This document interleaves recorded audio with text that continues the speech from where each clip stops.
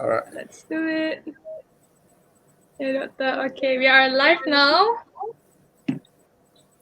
Okay, I will inform my friends first. Wait, yeah. Okay.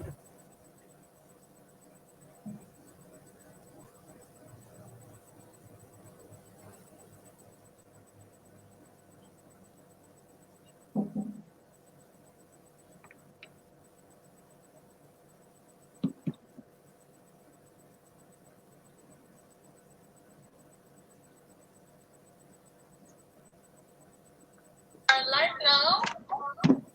All right. Shall we start now? We can start. All right. Hi, and a very good evening, everyone. Welcome to the first international forum brought by Tinker Society. It is my pleasure to be the moderator for tonight's forum, and I'm Sarah Abdul Munir on behalf of Tinker Society. I would like to extend a very warm welcome to all of you. We appreciate you taking time, busy schedules to join us tonight. For your information, our group will share a Google Form link throughout the session for you to give feedback about this program. So don't forget to click the fill the feedback form, okay?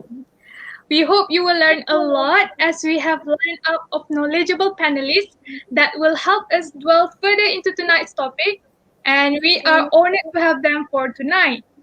So first, we have the man that needs no introduction, Dr. Musa Yusuf Owoyemi. He is the senior lecturer, assistant professor, and researcher at University Utara Malaysia, an enthusiastic and experienced in Islamic study, philosophy, and comparative religion lecturer with years of teaching and research. He has detailed knowledge of Western philosophy, Islamic philosophy, cultures, and practices, and have a deep understanding of Islamic language. And for those BPLB students that are watching right now, I'm sure that all of you already recognize Dr. Musa since he is our beloved philosophy lecturer. So next we have Mr. Hassan Shazuli from Sri Lanka. We are very honored to have you, Mr. He has completed his diploma in international relations and currently doing bachelor in social science in mass media and communications. He is also a journalist at MTV Channels Limited. Lastly, well, I'm glad that I'm not the only female here. We have Miss Akra Fakir from South Africa, an enthusiastic young woman with a goal to contribute to social change in the society. She is a qualified social worker currently studying towards a postgraduate degree in clinical social work, specializing in substance abuse at the University of Cape Town. Okay, these are our honorable guests and panelists for this forum tonight. But before we begin, it is appropriate for me to first explain the rules and the regulation to our guests. So firstly, I will ask a question to all the panelists to answer, and then the latter questions will be asked specifically to the all panelists to answer the question. Okay, so tonight we are going to discuss about something controversial on topic world of post-racial reality or illusion. So I'm sure that some of you might heard this term before, but not really understand the meaning in deep. So therefore today we will discuss about this topic and let's see whether the world of post-racial can be achieved or merely an idealistic term to be used. So before that, let me give some idea of the meaning of post-racials. Generally, world of post-racials is described as a world without discrimination. But rather than we creating a new nation with same identity, it is more about mutual understanding.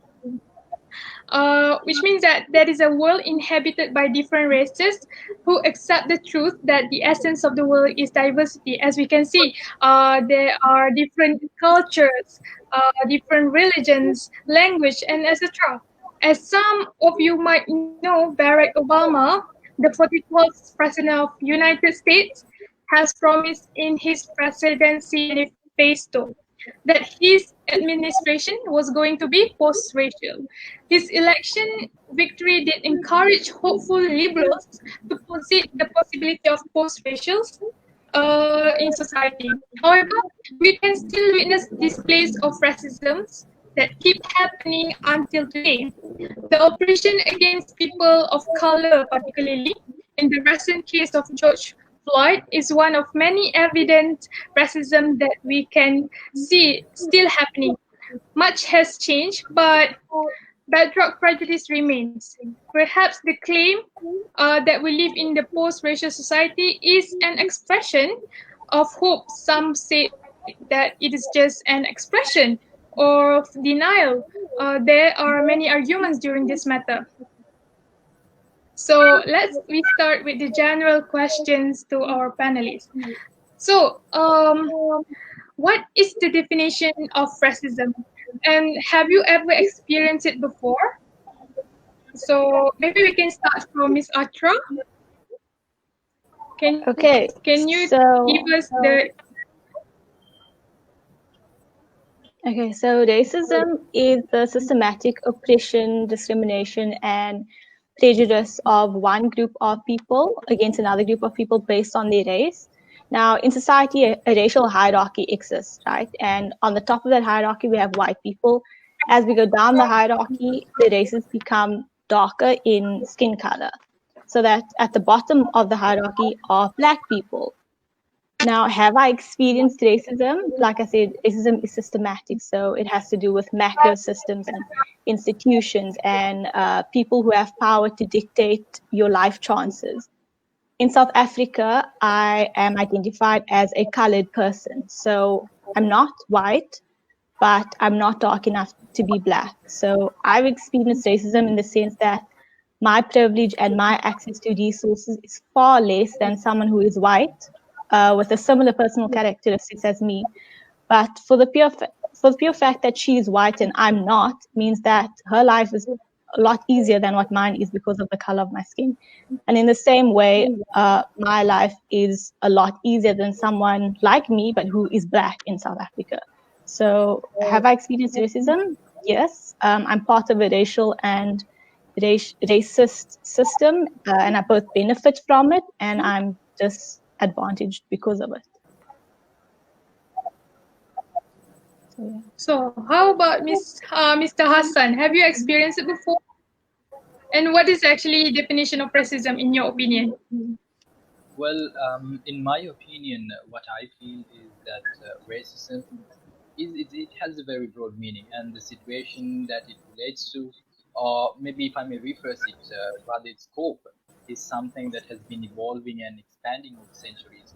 Now, the reason why I say that is because we saw that racism at one point, it was linked to slavery in the US, then we had the apartheid in South Africa, and now we see, since the 19th century, we see that racism has grown on to become something that is often linked to nationalism, and we see violence being incited against minority groups in the country. So yes, as a journalist, I have been a victim of racism at one point because last year, unfortunately, Sri Lanka experienced a series of deadly terrorist attacks that claimed over 200 people.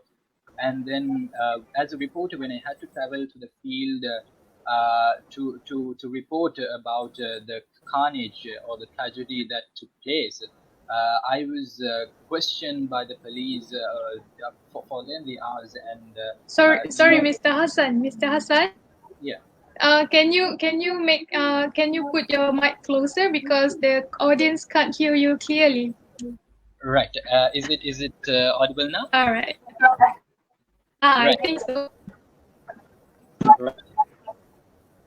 Yes, so being in Sri Lanka is as a Muslim, the Muslims are a minority in Sri Lanka, which is highly concentrated with Buddhists who make up the majority in the country. So very recently, in the recent past, we have seen violence being incited against the minority groups, especially the Muslims who were alleged to have been involved in the Easter last year's attacks.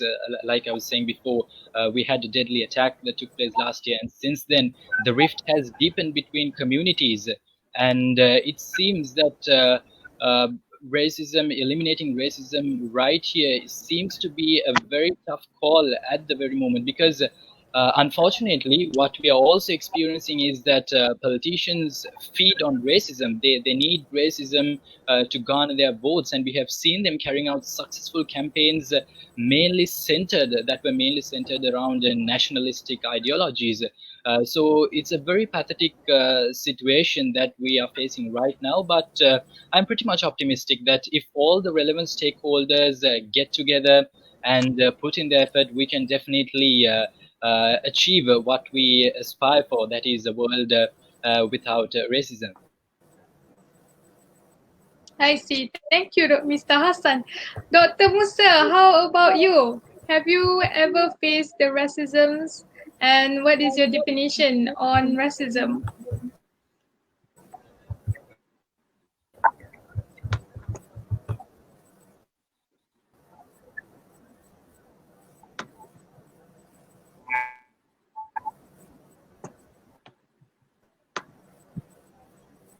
Doctor, we can't hear His mic you. is off. Did you mute your mic?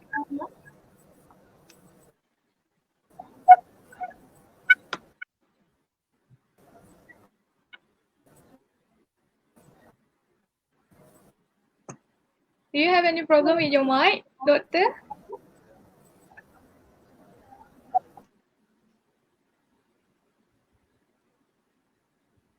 Seems like we can't hear you. Doctor, you are muting your mic. Oh.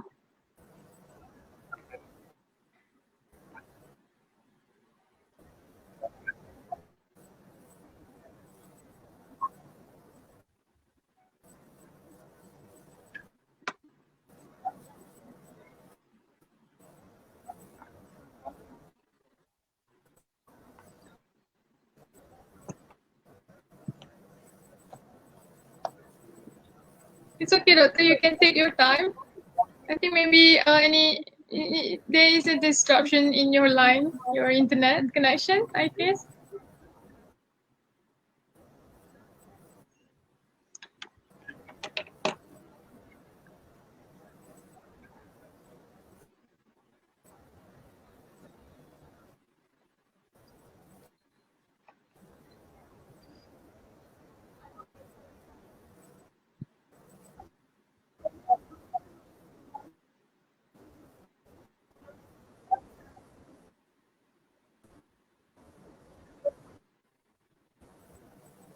Doctor,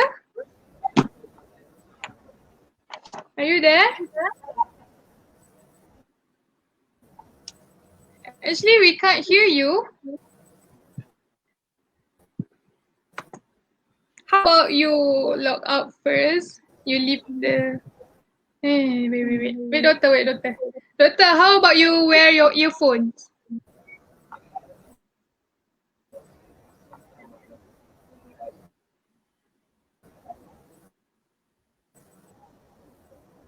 Doctor, how about you wear your earphones?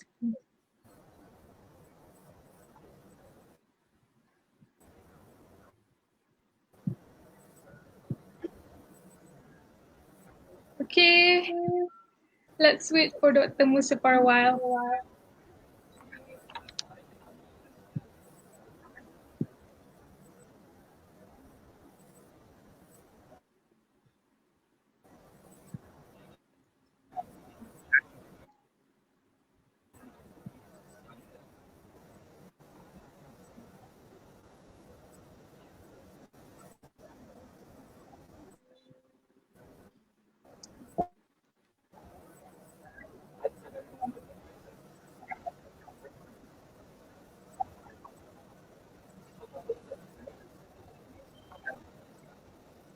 Doctor, how about you leave first and then you enter again?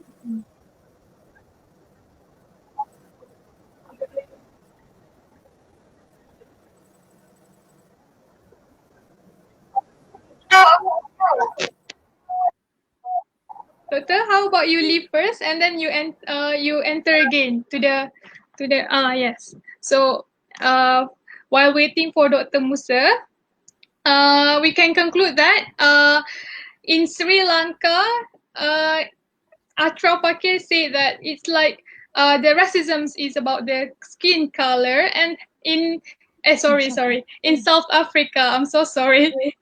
In South Africa, it's more to the skin color, and then in Sri Lanka, the racism can see in religion, isn't it? Yes, exactly. Yeah, yeah. Okay, therefore, how about we, while waiting Dr. Musa, can we like proceed to the next question? As we can see, like we have seen violent anti-racism on the rise in recent years globally. Like we can see like Ku Klux Klan, Nazism, Black Lives Matters, and it sees as one of never-ending global issues. And we can see that and we can see what about for your opinion, for your opinion, Miss Atra Fakir, what causes racism to root in the heart of society, and what make it keep happening until today? Can you give opinion on that? Okay, so in order for us to understand racism in society today, we need to have an understanding of how racism started. And it basically started in the 1950s when Europeans began to colonize Africa. So I'll be speaking particularly on South Africa because that's the country I'm from. Now, as a South African, I understand that Jan van Riebeeck was a Dutchman who founded the first colony in South Africa in 1652, right? And this was the Cape Colony, which later became known as Cape Town. Now, Cape Town is the city that I was born and raised in, but before it became Cape Town, it was the Cape Colony. So at first, the Dutch colonizer used the Cape Colony as a place for their ships to stock up on fresh produce on their way to the Indonesian islands, which was also being colonized, right? So white colonizers began to settle in South Africa as time went on, and they claimed land. And they became known as the Boers or the Afrikaners in South Africa. Now, as more colonizers settled in the Cape Colony, they began to take more and more land by force. So indigenous people of the Cape Colony were known as the Khoikhoi, and the land belonged to them for thousands of years before the Dutch colonizers arrived, okay? And these indigenous people they lived a self-sufficient life. They had a society of their own. They possessed land, flocks of sheep. They had cattle, so they weren't easily pushed into serving the Dutch colonizers. Now, the Dutch farmed in a settled agricultural manner, which means that they would farm the land until the land was exhausted, and they'd have to move to new land to farm again. So within 50 years, the Dutch settlement had grown so much that they began to take more and more land from the Khoikhoi people to farm for their own needs and for their own benefit, right? And what came with this is that the Khoikhoi people didn't just lose their land, but they also lost their independence. And they became more incorporated into the colonial society as low-class servants of white Dutch colonizers. Now, Dutch settlers also looked elsewhere for cheaper laborers, and they captured slaves from present-day Angola and Ghana for agricultural work, and later from a range of other regions on the coast of East Africa and the Indian subcontinent, okay? The slave trade was a major industry during this time. For about 400 years, it was estimated that the number of slaves transported from the African continent by European colonizers to the Americas was between 9 and 15 million people. So obviously, between 9 and 15 million people leaving the continent of Africa, this obviously took a major toll on the development of African countries and indigenous African people. And most of the consequences of the slave trade were demographic, economic, and political downfalls of indigenous people. The slave trade dramatically hindered the demographic development of indigenous African groups, and those consequences are still evident today. The export of the most economically active men and women led to the disintegration of some societies in its entirety. So a lot of indigenous African tribes no longer exist today, or they're very difficult to trace because of how small the society has become due to slavery and colonization. Now, many many South Africans are descendants of slaves brought to the Cape Colony between the 1650s and the 1820s. And during this time, in the Midlands of South Africa, the Boers fought wars against indigenous Khoi and San people, and they did this by killing the adults and enslaving the children, so that the children would no longer have parents and they'd be forced to work for the colonizers. So in the early 1800s, the Cape Colony was taken over by the British. So before Cape Town became known as Cape Town, it was under white colonial rule for a long time. Whether it was the Dutch rule or the British rule, white colonizers took power and land from the indigenous people, and as if it belonged to white people. And this is basically where racism began in South Africa, because even though slaves weren't yet defined by their race, slaves were black and slave owners were white. So colonial South Africa, from the very start, was structured along colonial lines, in which black people occupied a marginal position. And then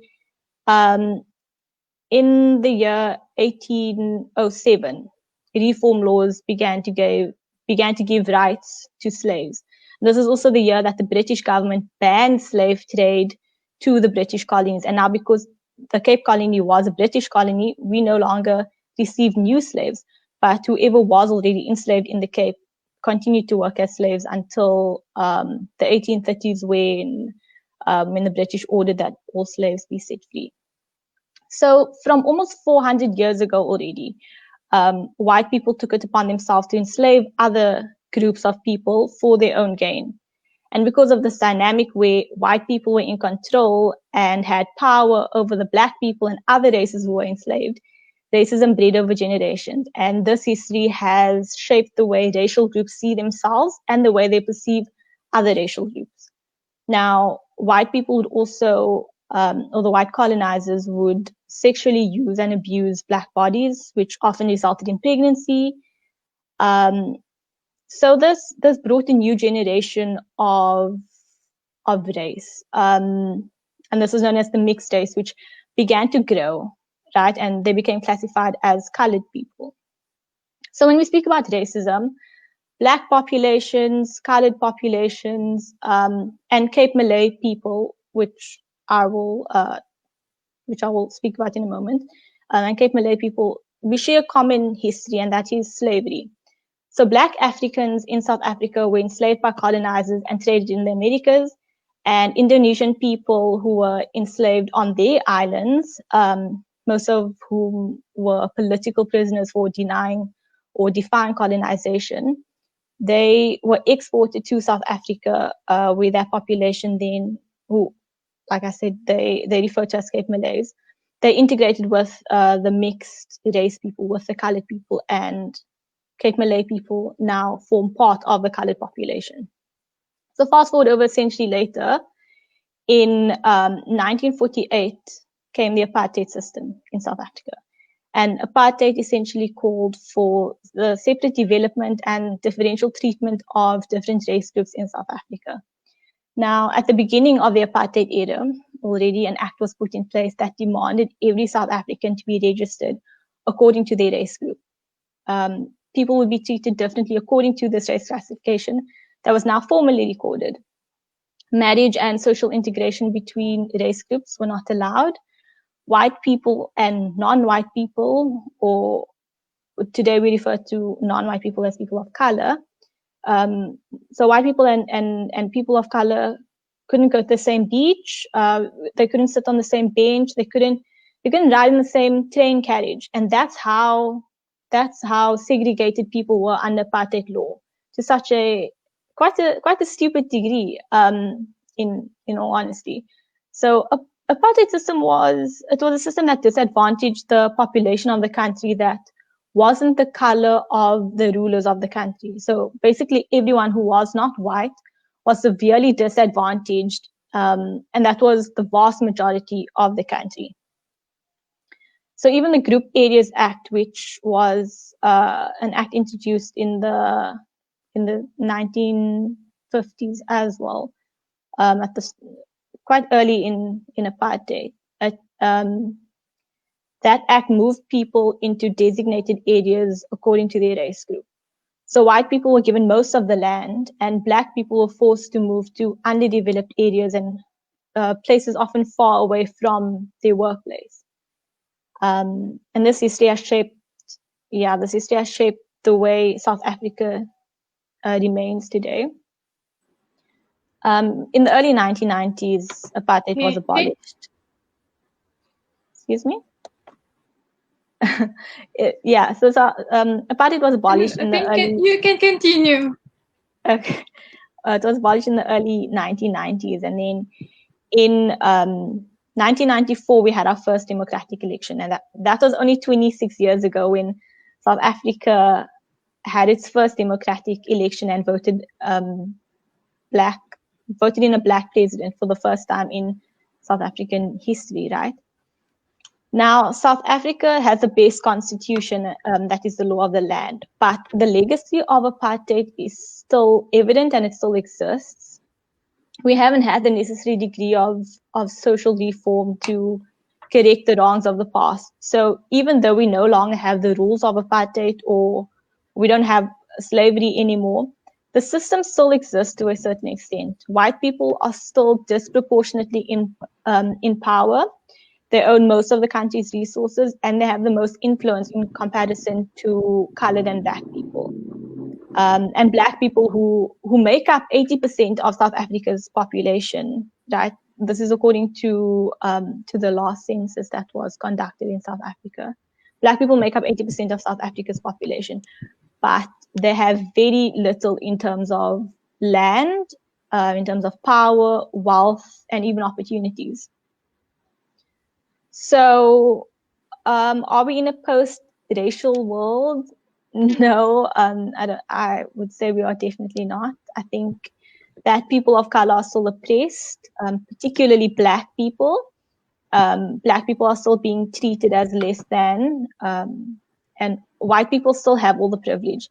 Racism is rife in South Africa, and not just in South Africa, but in other parts of the world too. And as South Africans, we can identify with racism and oppression in other countries because of our long history of racism and colonization.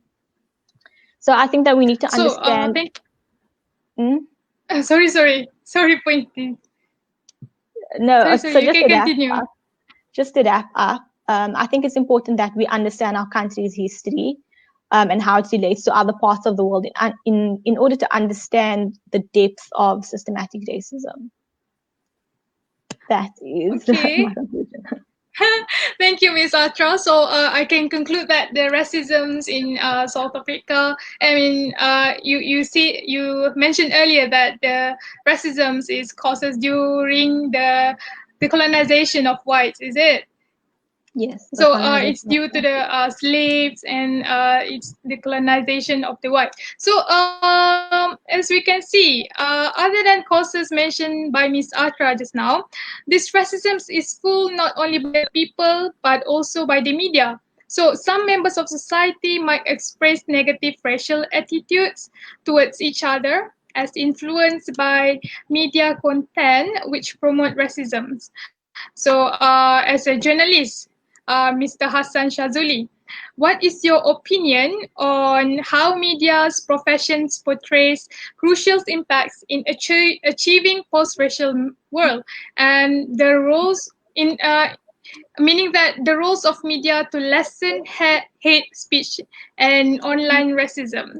Do you have any opinion towards that question?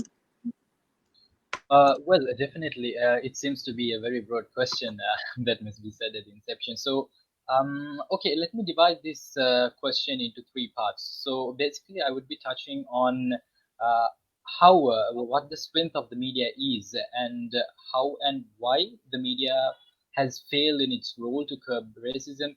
And I shall also speak about what needs to be done, as Adra also pointed out, we are not in a post-racial world right now. If I may start off, I personally believe that the media plays a crucial role among all stakeholders when it comes to creating an anti-racial world. Now, the reason why I tell you this is because it is the media which sets the agenda of what needs to be discussed in the country. In other words, it can even manipulate the minds of the people, as scary as it sounds, because a journalist can infuse their thoughts into the minds of the people, and that has proven to be successful, and that is why the media industry plays a pivotal role when it comes to promoting or giving propaganda for any activity.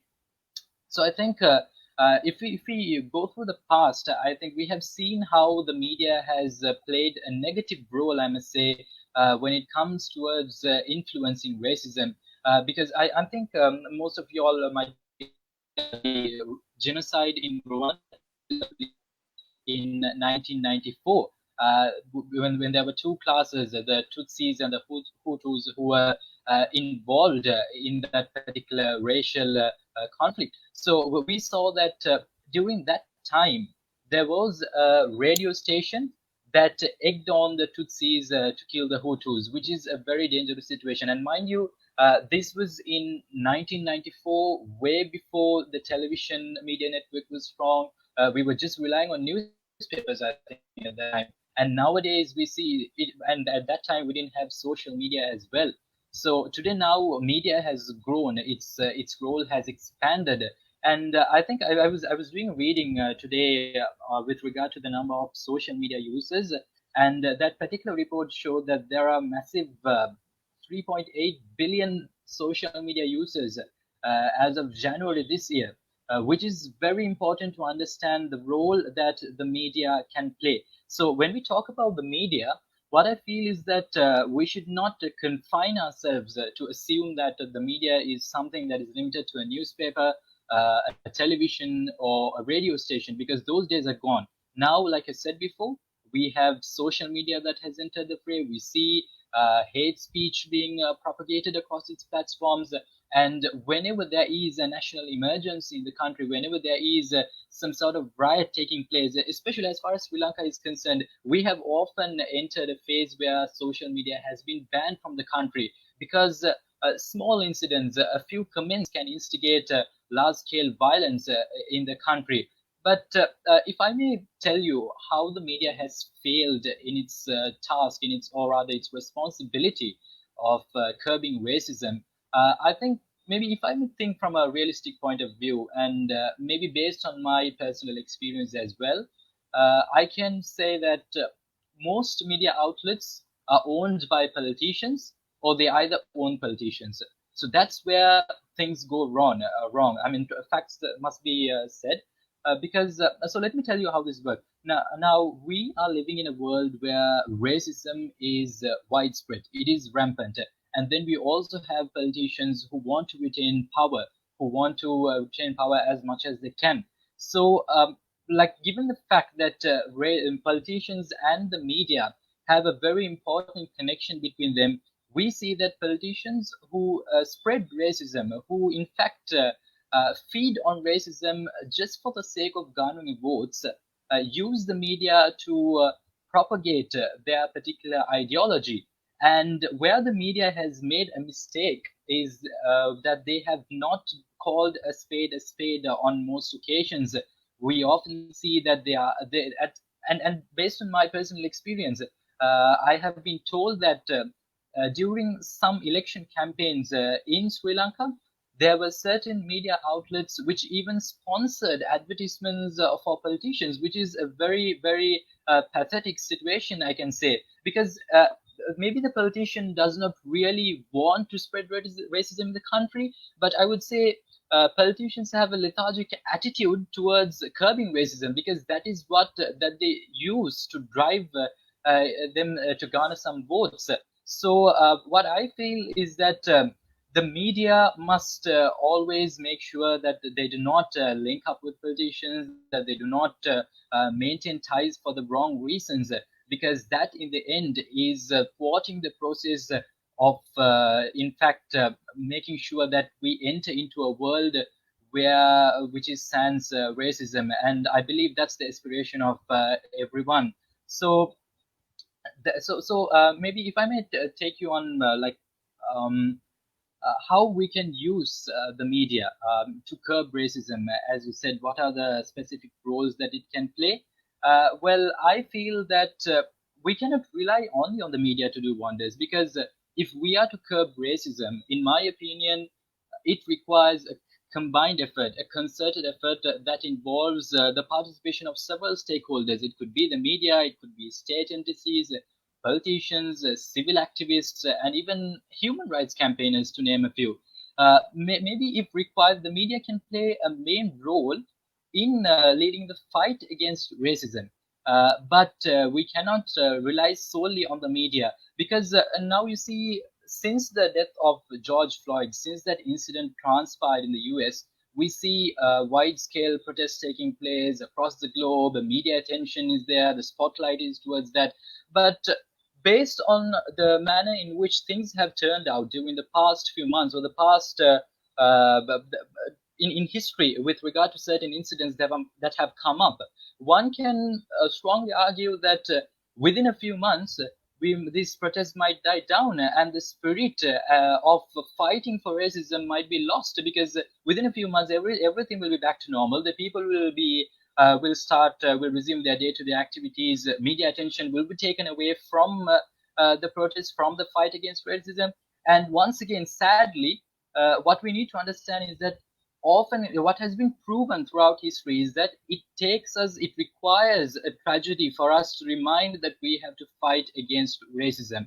Because if incidents begin to teach us what we need to be fighting for, then I think that we have failed in our responsibility, because this is something that we have to keep on campaigning throughout.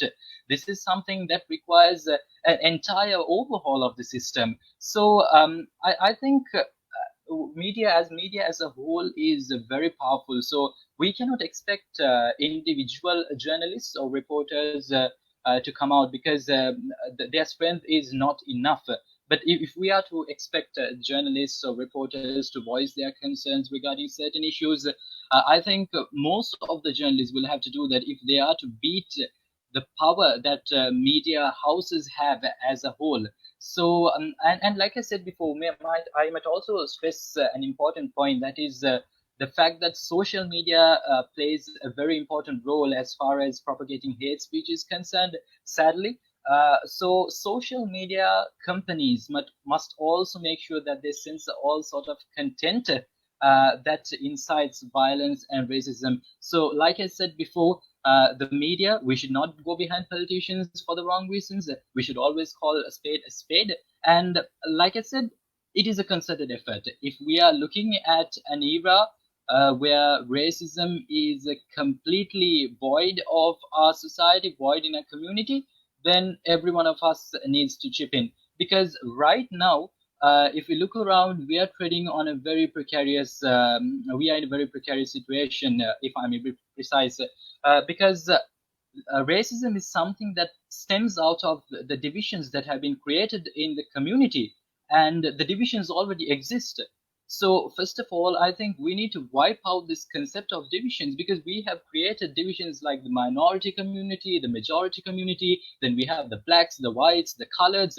So it's out there. All it takes is an incident to spark up something that has been existing for a very long time, and that is what we saw in the case of George Floyd as well. So George Floyd's incident was not just the misconduct of a bad police officer. It was something that has been boiling throughout, and it was just an outburst, I would say, of an issue that has not been addressed properly throughout decades. So I feel that the media can definitely play a role, but maybe if we all chip in, if we all contribute and understand what our roles and responsibilities are in curbing racism, I believe that we can achieve what we are hoping for.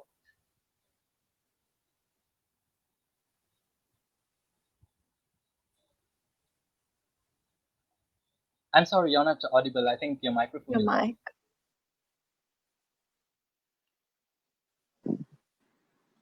I'm sorry. So thank you, Mr. Hassan, for your opinion. So I can conclude that you're saying that media has a very powerful platform, and it can manipulate things in media.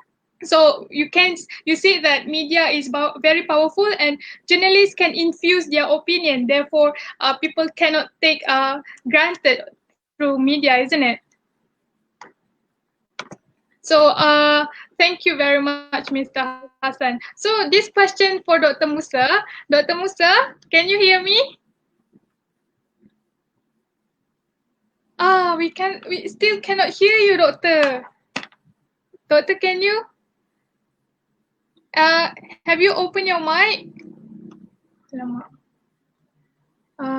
Let's see. Uh,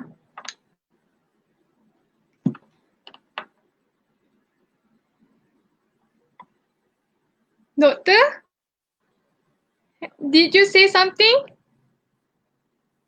Gosh, we still cannot hear you, Doctor. What happened?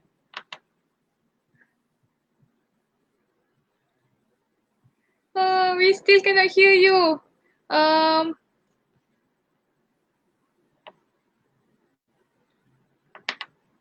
let's see.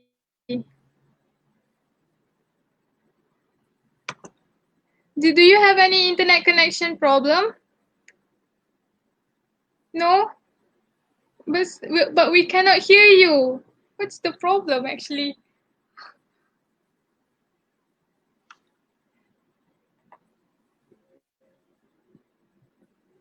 Uh, how about you use your phone, Doctor? Can you hear me? Doctor, can you hear me? You can hear me. So how about you use your phone? You online through your phone.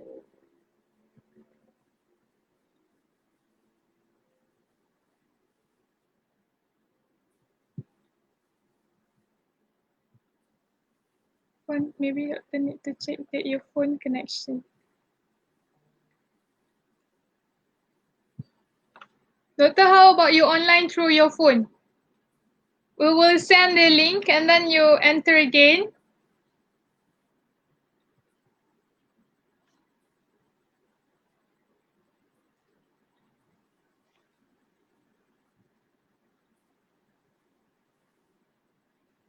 You are not muting your mic, isn't it?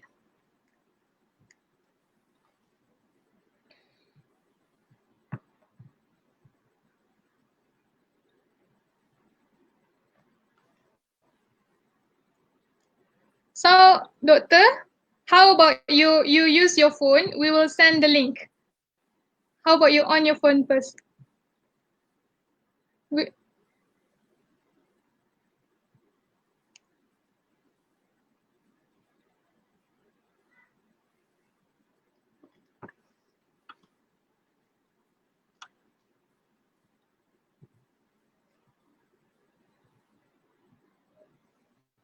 Doctor?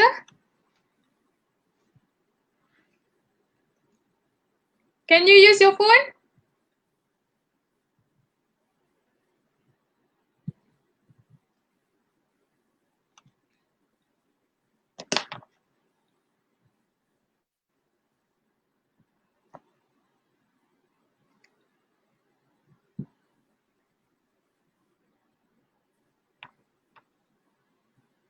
can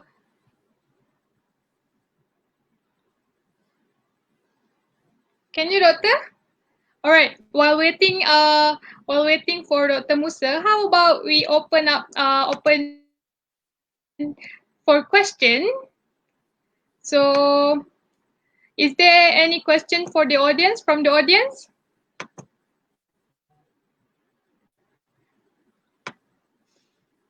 So, is there any question from audience?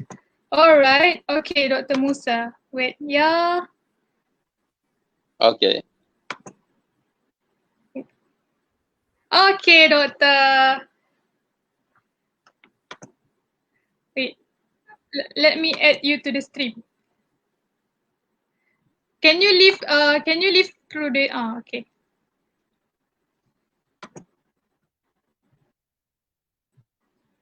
All right. Doctor? All right. Finally, we can hear you.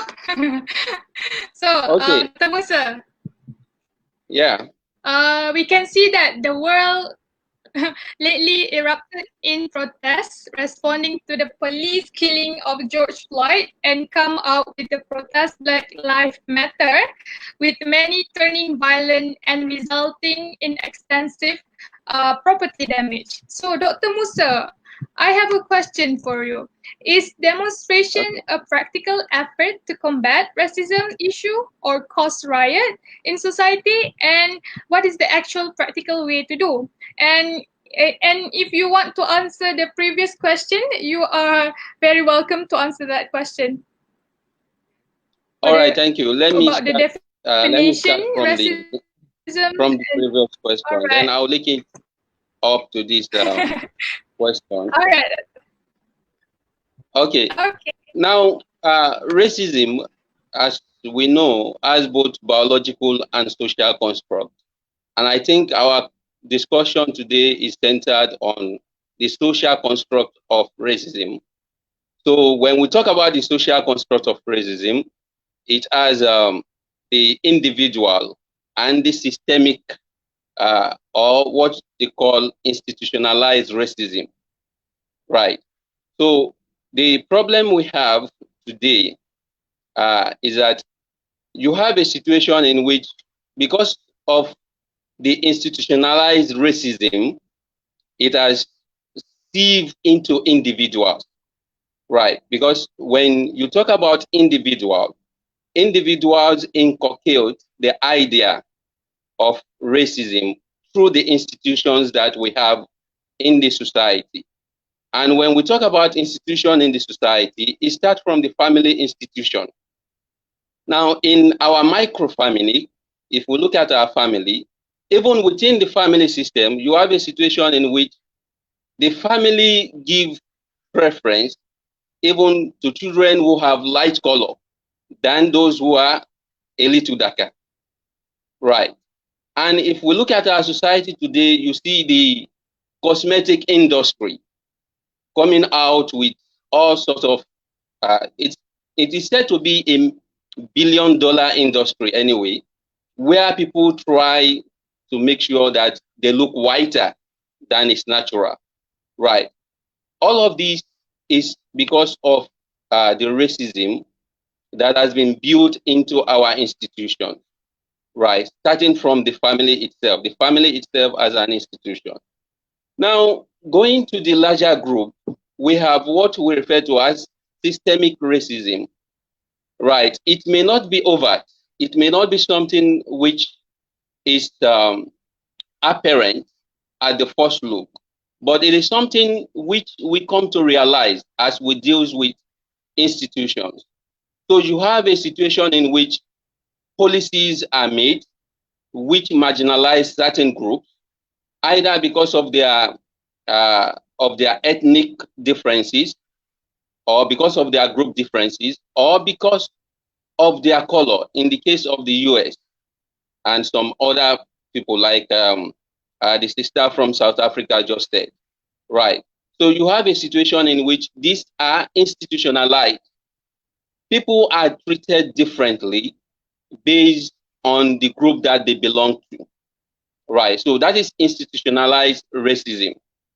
Now, you have a situation also in which, coming back to what the brother have said, the media has not been of help, right? The media has contributed a lot to the idea of racism.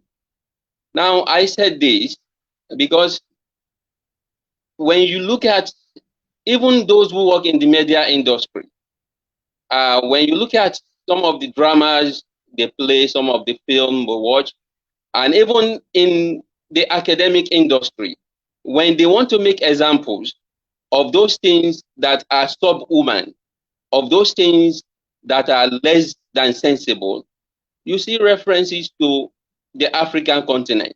It is the dark people, right, that are doing this, right? So you have a situation in which, for example, when they talk about farming, when they talk about underdevelopment, the picture you see on the screen, even when they are talking about underdevelopment in the US or other parts of the world, the picture you see on the screen is that of Africa. So for them, anything that is associated with negativity has to do with those with a different color other than from their own. So this has given birth to a situation in which the idea of racism itself has been institutionalized, and therefore it seeps from the institution that we have in the society to the individual, right? The individual imbibe this, and therefore in our interpersonal relationship, you have a situation in which we exhibit this, either consciously or unconsciously, right, in our interaction with the other. So for me, coming from the western part of Africa, where we are dominantly black, I would say that my experience of racism was very, very minimal. In fact, I can say it is 0.0%, right? Until I left my country to go and study in outside my nation and encounter different set of people. That is when I start to have a feeling of being different from the others. I'm at times being treated differently. It may not be overt, right? It is something which even those who are doing it may not even be aware of what they are doing, right? It is when you call their attention to that fact that they become conscious of it. And it is not their fault, it is the fault of the institution that we have. So when we talk about racism, a post-word, a post-racial word without racism, I think it is going to be a long walk and a long talk. Because the first thing that we will need to do is to first eliminate institutionalized racism. If we are not able to eliminate that, then we will not be able to eliminate it among the individual. So our first step will be to first tackle that systemic racism that we have in our institutions. And by institutions, it includes the policies that are made by government, right, where the majority are favored over the minority, and where people are grouped, right, into different sets, either because of their language, because of their religion, or because of their culture. So as long as we continue to give importance to these things, then it becomes very difficult for us to eradicate racism. However, if we are going to succeed, if we are going to have a post-racial world, then we have to seriously work on our institutions. Our institutions, when we are able to reform them, then we can talk about a post-racial world. But as long as we still have what we have in our institution, then we cannot. There's no way we can eradicate it, right? And like Brother Hassan have said, the media has a lot of role to play in this, right? The portrayal of different sets of people in the society has been less than the others. is something which the media has to do away with. And likewise, the media needs to have a serious rethink in hearing or listening or allowing their medium to be used by politicians. Unfortunately, we have politicians in the current world who are bereft of ideas. They play into two things, race and religion. They are bereft of ideas on how to move society forward. They are bereft of ideas on how to govern people. And in fact, most of them are not fit to hold political office. But because of race and religion, right, you have a situation in which they are given power. So they play on the intelligence of the people.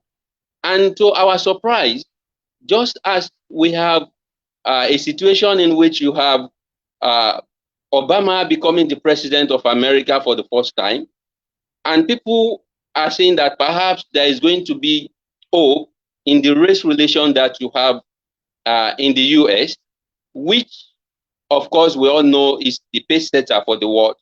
You have a revert back to a form of racism in the current president of the United States. It is baffling how the US could move from electing a colored president to going to the extreme left or to the extreme right, sorry, to elect a president who is a complete opposite of what they have done.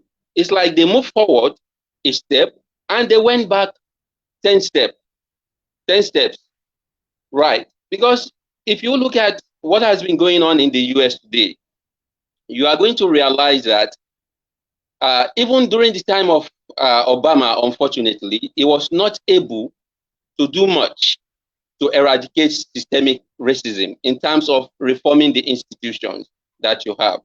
And the current president is playing on that sentiment. That is the sentiment of religion, the sentiment of race, right, to garner vote, right? He believes that this is the only way he could play with the sentiment of the people, and the only way he could continue to remain in power. So unfortunately, what is going on in the US is both a reaction. I think it is a reaction to the fact that some people feel, especially the white supremacists and others, they felt that the coming to power of a black man was perhaps an insult to them. They did not see it the way the other parts of the world saw the emergence of Obama. So they felt that their power was being eroded and they needed to go back, right, to reclaim their power. And perhaps that is the reason why you have Donald Trump becoming the president of America, right, like you have.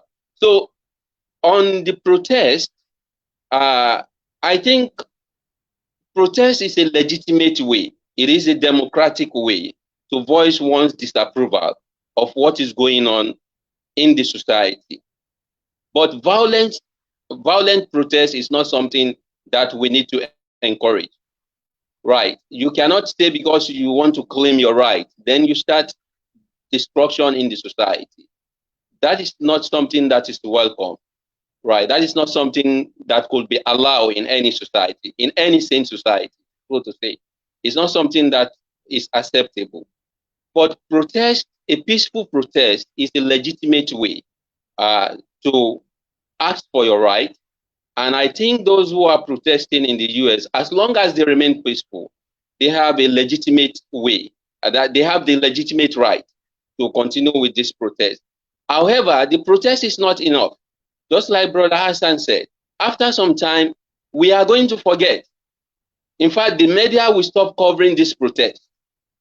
The media plays on sensationalism, right? So this is sensational, and it plays into their to their own way of carrying news. After some time, this will no longer be sensational. They are going to forget about it. I think the very important thing is that the people need to articulate their demands by putting forward their demands to Congress, so that there will be a reform of the institutions that you have in that society. If there is no reform in the institutions that you have in that society, then we cannot have any post-racial war.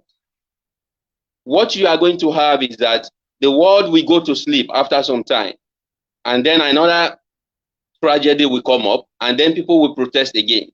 And after some time, they will go back to sleep. Right. So this will continue on and on and off like that, until there is a leader, until the US have a leader who is ready to actually reform the institutions that you have in that society, then we cannot have a post-racial war. It is going to be practically impossible. So there has to be reform of institutions. Then that will slip down to the individual, right? So we have ideas that talks by philosophers. They talk about the human dignity, treating everybody as equals, right? Having an egalitarian society, and what have you not. But then, as that trickled down to our institutions, have that trickled down to our understanding, interpersonal relationship among human beings. So we'll realize that these are mere theories. So we need a leader, or we need a set of leaders who will take the bull by the horn and reform the institutions that we have in the society. When this is done, then that will change the orientation of people in that society. And of course, we can then start to talk about a post-racial world. But at present, I don't think anything is being done in that direction. And it will take perhaps maybe a lifetime, right, to realize that dream of a post-racial world. So this is my view for now.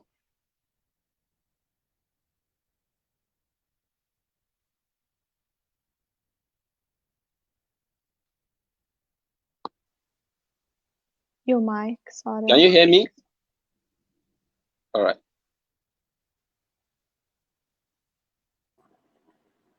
Thank you, Doctor. So I can conclude that the demonstration will keep going until we can find another leader that will reform the institution in society, isn't it, Doctor?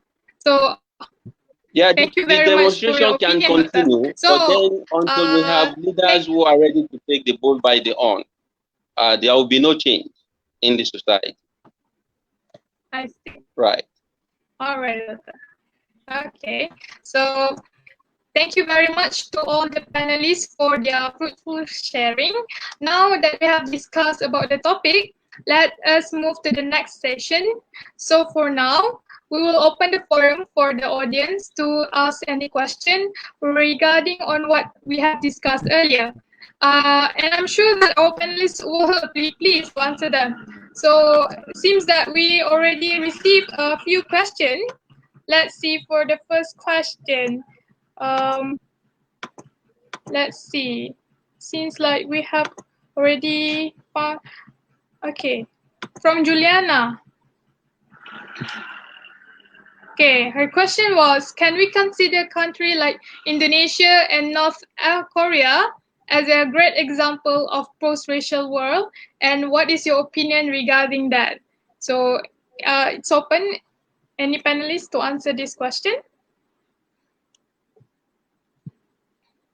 All right. Let me see. In my view, so maybe I Dr. think Musa? that Indonesia, to some extent, has tried to integrate the different ethnic groups that you have, or the different races or racial groups that you have in that society.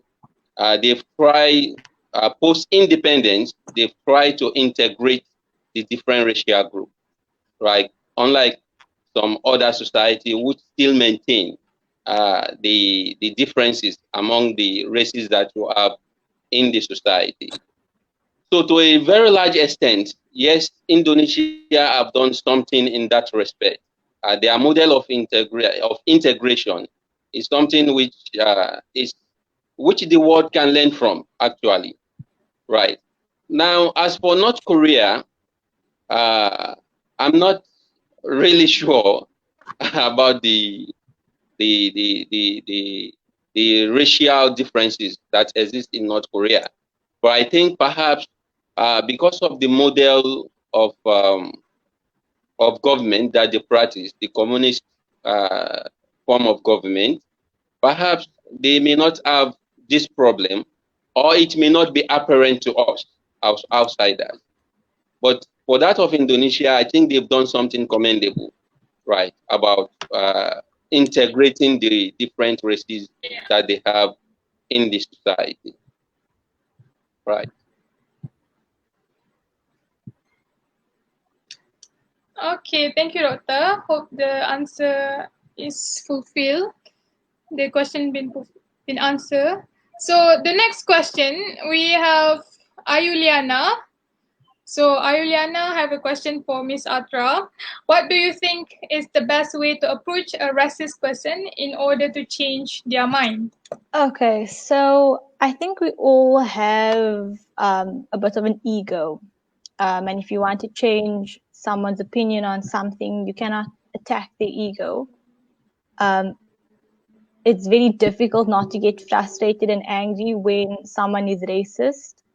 But I think to change their mind or to be able to educate them enough for them to go and read further and eventually change their mind themselves, you need to first make them understand where their thoughts are coming from. So I would say engage with them about their opinion. Try and understand why they have such an opinion, and then ask certain questions that make them think more about why they have said opinion.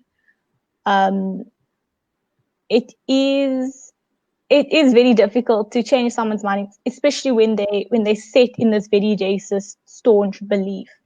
But education is key. We can't keep saying we don't know things, or because we might not have experienced something that we don't understand it, because we have information at our fingertips. We can Google things so easily now. So we need to know a lot about the topic in order to understand it.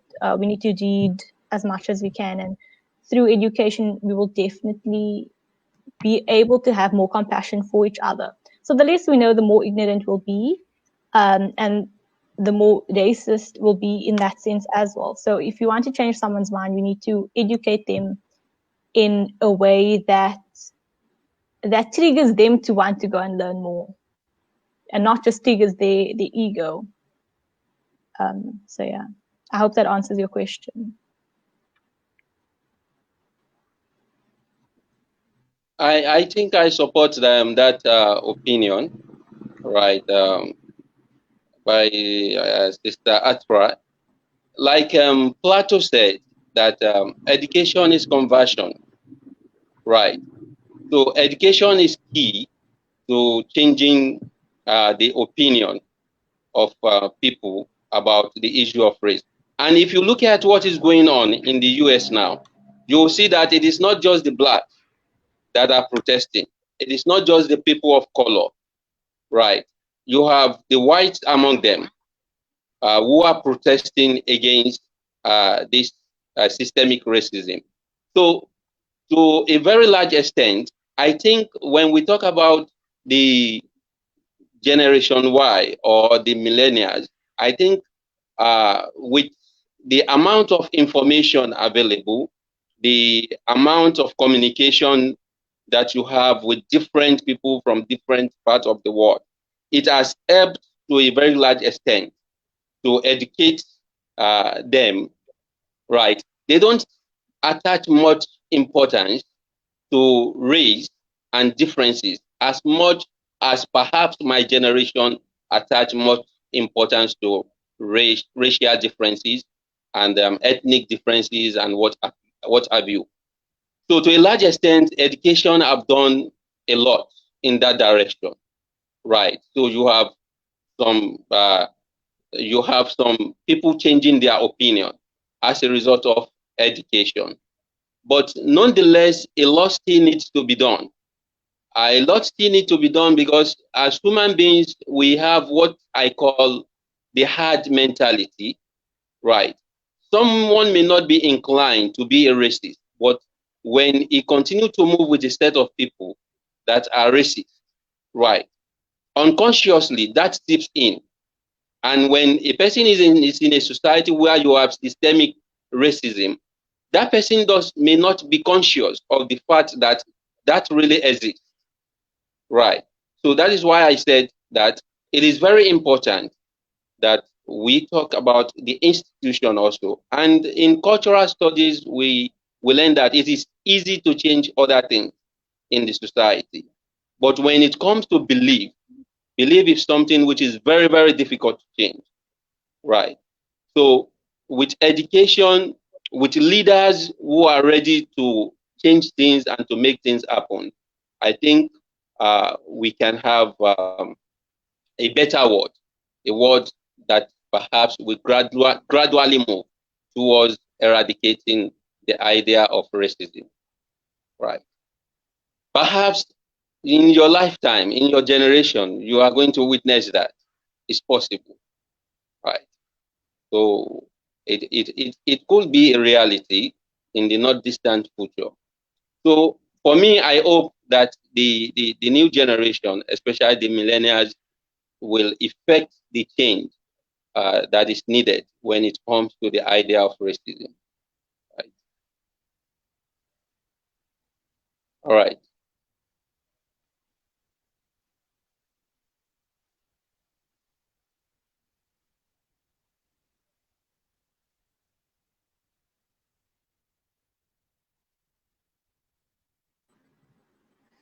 Thank you, Ms. Atra and Dr. Musa for answering the previous question. So now we have a question from Muhammad Zahran. Let's see. So his question was, what is the solution for Islamophobia? Over to the panelists. So in any of the panelists? Yeah, so I'll have a go at that question first. Well, what I feel is that Islamophobia is a kind of racism that exists in the contemporary society, in the contemporary world. But okay, when we consider Islamophobia, who are Yeah. the entities which are greatly involved in propagating this ideology? It is the media and the politicians. So I feel, like I said, if we get together, if every one of us understands our responsibility, if the media understands its responsibility, and if the politicians do so, I think that they will not have to propagate Islamophobia, because the reason why they are propagating this ideology is to incite hatred against a particular community for the sake of political gains. So if race, like Dr. Musa said, right now, nowadays, politicians are mostly centering their campaign on race and religion, because they're not thinking forward. They're not thinking of feasible solutions which they can put forth to develop the economy. And that is why we see things like Islamophobia coming out, and this concept is being propagated by the media.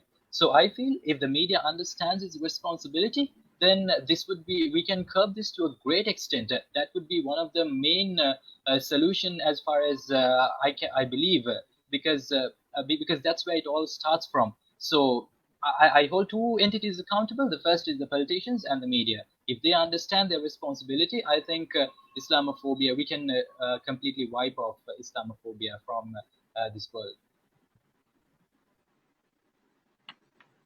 Thank you, Ms. Hassan, for the clear answer. So next we have a question from Nor Asmina. So her question was, is the fact that there is a lack of representation for the people of color is also contributing factor to the unchanged and static policy which allow institutional harder to be eradicated?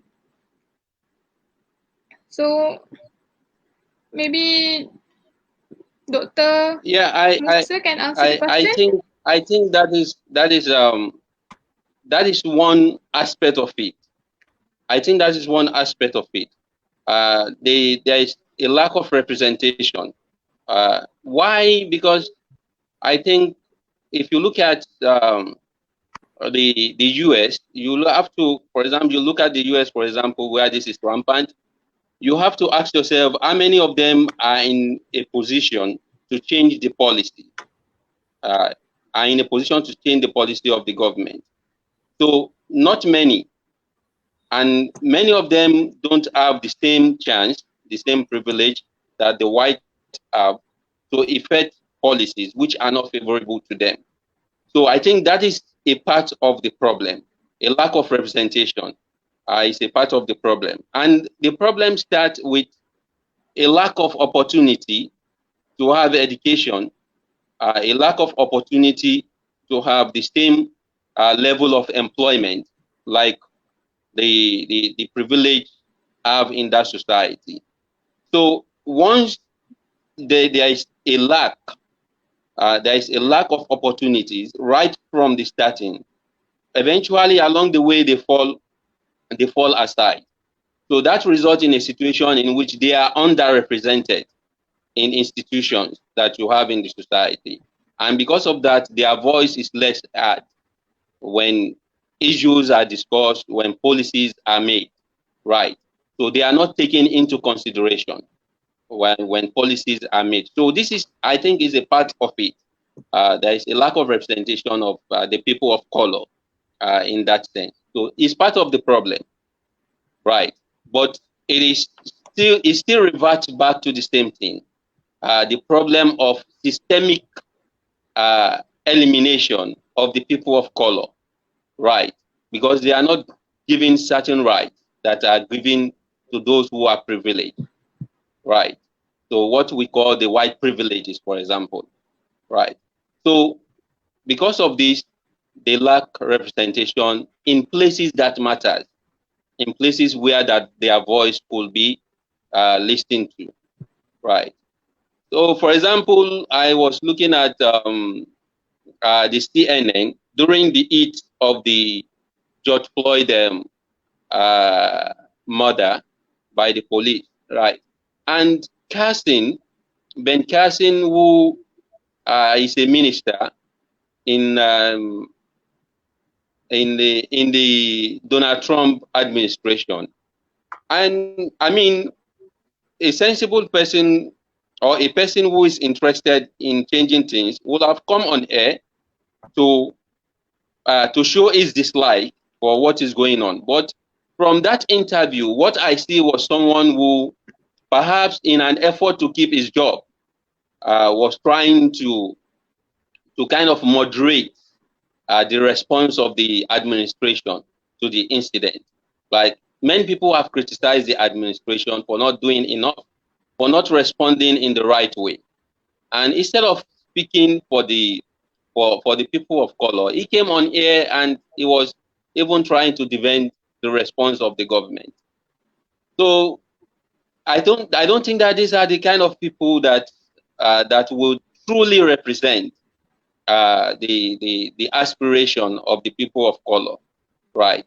So we need, or perhaps because it was a lone voice in the midst of all of them, he feels that perhaps he has to take it easy so that perhaps they will still have certain representation in that government. But it was a bad interview. It was something that I least expected from a person of color. So, but that is what it is, right? Because perhaps the marginalization itself affects him. He could be dropped by the government for saying things that goes against what the government stands for. So, but if you have many of them in government, you could have a reinforcement, right? And in such a way, perhaps he will be more confident to voice his disapproval of what has happened. But perhaps it's a lone voice in the midst of all of them. He felt he has to take things easy, and he charted a reconciliatory tone or a reconciliatory way towards the issue, right? Instead of saying what many people expected him to say, right? So that I think is a very good reason why you have systemic racism still in place, lack of representation, right? Thank you, Dr. Musa, for answering the question. So I think maybe we can answer one more question because we received so many questions. Let's see. We have interesting question here from Sarah Auni. Let's see. Her question was, why is that? Let's see. Sorry. Okay. Why is that so Okay, many why is it people that get offended with the term Black Lives Matter that they would want to counter it with all life matter? Maybe Miss Atra can give your perspective as a social worker for answering this question.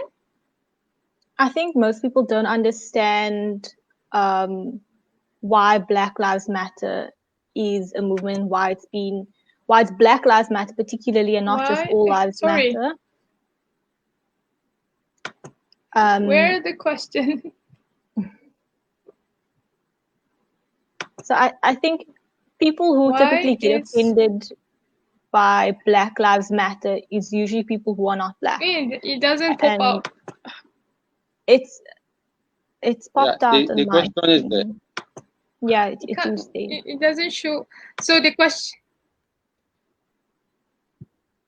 So as I was saying, it's typically people who are not Black who become offended when they see the term Black Lives Matter, and then they counter it with all lives matter because they feel that their life matters as well, so they should be included in this movement of whose life matters.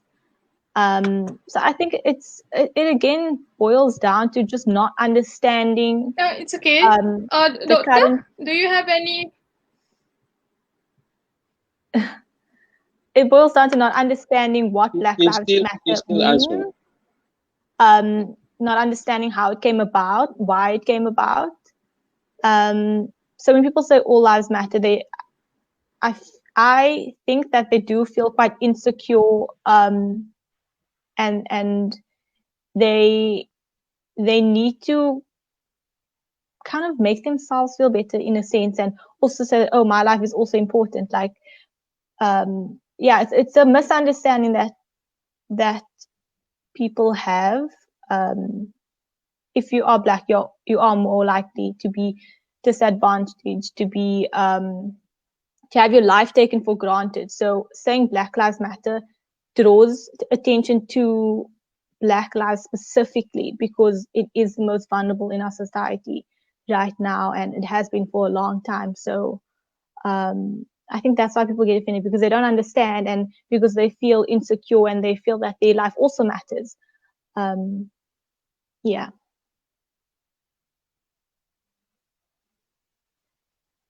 Doctor? All right, I will just add to that. I will add to this by saying that those who said all lives matters, it may be a lack of understanding of the privileges that they enjoy, right? If you ask some of the, like I said, racism could be conscious and it could be unconscious. Some people don't understand what the Black person is going through or what the people of color are going through. So you have a situation in which for them, they see no reason why the Black Lives Matter should be a movement, right? They see it as something that affects all of them, but then it affects the Black most. So it may be a lack of understanding of that, right? Of the fact that they enjoy certain privileges, which those with darker skin do not enjoy. So that is one way. Then another way to look at it is in reference to this idea of racism by the philosopher Tommy Shelby. according to him, he said the fight against racism will be more of a success if the focus is not solely on the black, but on the people of color, right? Said the solidarity will be much more if the fight against racism is articulated in a way to include all people of color. And in fact, if possible, to include those who we suspect enjoy certain privilege, or the whites in the society. So he said, if we are able to have this solidarity, right, in which we say all lives matter, then perhaps we can achieve more success instead of coaching the fight in form of black against the others, right? But rather we can coach the fight in form of the people of color against institutionalized racism and all forms of racism. So with that, you are going to have more success in fighting racism than articulating it in terms of black only. So I think perhaps maybe some of them may be thinking along that line. Perhaps I'm just trying to make excuse for them, right? That may be the reason. But most importantly is that some of them don't understand the privilege that they enjoy compared to the black person. So as a black person, when a black person in the US goes out, for example, he's not sure that he's going to come back home safe, right? Not from the fear of criminals or what have you, but from the fear of those who are paid to secure him, right? So this kind of thinking that I'm going out, I may not come back, right? It's not something which the privileged white thinks about, for example, right? But then unconsciously, they may not understand this. And because they don't understand it, they don't see any reason why you should be saying Black Lives Matter instead of all lives matter, right? So for them, they don't see this problem. So it could be the reason why you have this idea of all lives matter instead of Black Lives Matter. But if we follow the idea of Tommy Shelby, like I said, it will be better if we say that colored lives matter instead of all Black lives matter, right? So to inculcate the old people of color, and that could be a bigger solidarity. You could have more solidarity and more power in changing the society in that sense, instead of articulating it in terms of Black alone. So I think I quite agree with him that if we could articulate it in terms of the people of color instead of Black lives only, it will be more effective, right, than saying Black lives matter only, right? So this is my answer to this question.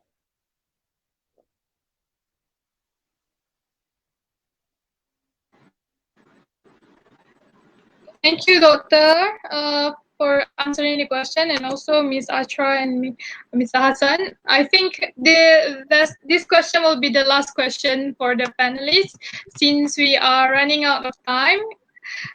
So I have to end this session here.